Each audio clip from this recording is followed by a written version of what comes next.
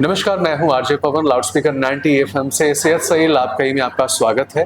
और इस समय हम लोग बीआरडी मेडिकल कॉलेज में हैं और पहले तो डेंगू के बारे में जानते हैं। तो पहले सर के बारे में इंट्रो लेते हैं कि सर अपने बारे में कुछ बताएं सर, प्लीज।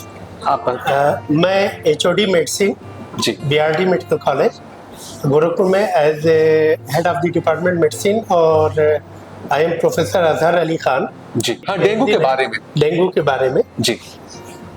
तो डेंगू का सबसे पहली चीज ये है कि ये मच्छर से होता है जी, और वायरल डिजीज है, मच्छर से होता है। और वायरल डिजीजेस जैसे कि सेल्फ लिमिटिंग होती हैं जो अपने आप ठीक होती हैं जी। तो सबसे पहला तो इसमें हमें बचाव करना चाहिए। जब डेंगू फैलने लगे कहीं पे भी तो अपने इर्द गिर्द पानी को इकट्ठा ना होने दे। डेंगू का मच्छर जो होता है वो बहुत दूर तक नहीं उड़ पाता, तो अपने इर्द गिर्द अगर आपने पानी को इकट्ठा नहीं रहने दिया जिसमें कि वो मच्छर पनपता है जी, तो वो मच्छर बहुत दूर तक नहीं उड़ पाने के कारण आप अपने घर को तो बचा सकते हैं।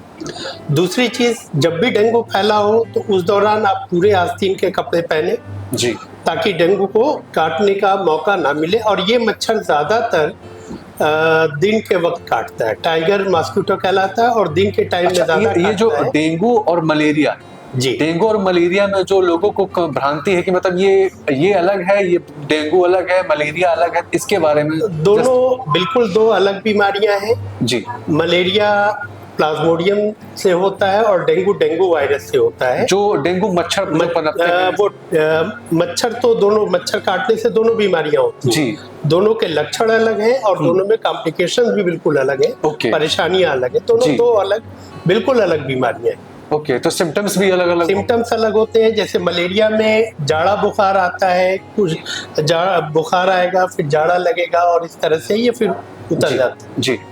और कई मलेरिया ऐसे भी होते हैं जिनमें 24 घंटे बाद रिपीट करता है। ओके, मतलब जो फीवर का इंटरवल है वो 24 आवर्स या 48 आवर्स पे आता रहता है जी।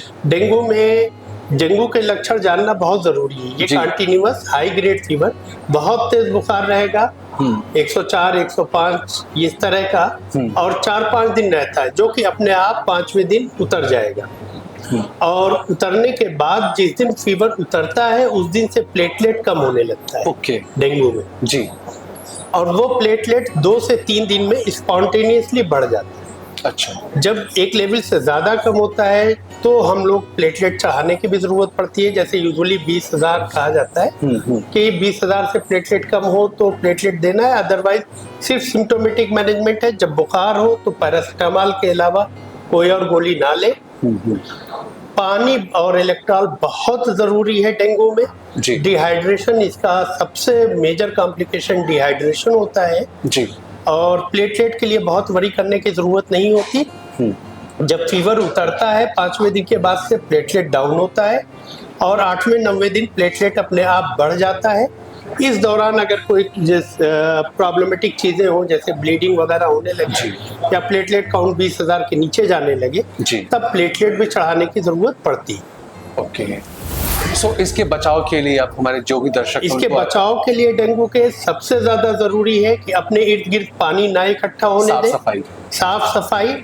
और जब डेंगू फैला हो तो पूरे कपड़े पहन के चले, बॉडी को ढक के चले। और बच्चों को खास तौर से मैदान में वो खेलने जाते हैं वहाँ पानी इकट्ठा होता है, अगर वो पूरा कपड़ा नहीं पहने हुए हैं तो फिर इसका खतरा बना देता है। और एक तो हमारे अपना अधिकतर सबके छत पे जो घर का जो छत होता है वो एक ऐसा हिस्सा होता है जहाँ पे हम अपने घर के है। आजकल जैसे कूलर है, कूलर में जो पानी इकट्ठा रहता है, गमले हैं या गमलों में जो पानी इकट्ठा रहता है, जहाँ भी पानी इकट्ठा रहेगा वहाँ डेंगू के मच्छर पनपेंगे। ये बहुत बहुत धन्यवाद आपका हमारे सेहत सही लाभ कही में इतनी महत्वपूर्ण जानकारी देने के लिए डेंगू के बारे में। तो इसके लिए बहुत बहुत धन्यवाद डॉक्टर साहब। Thank you.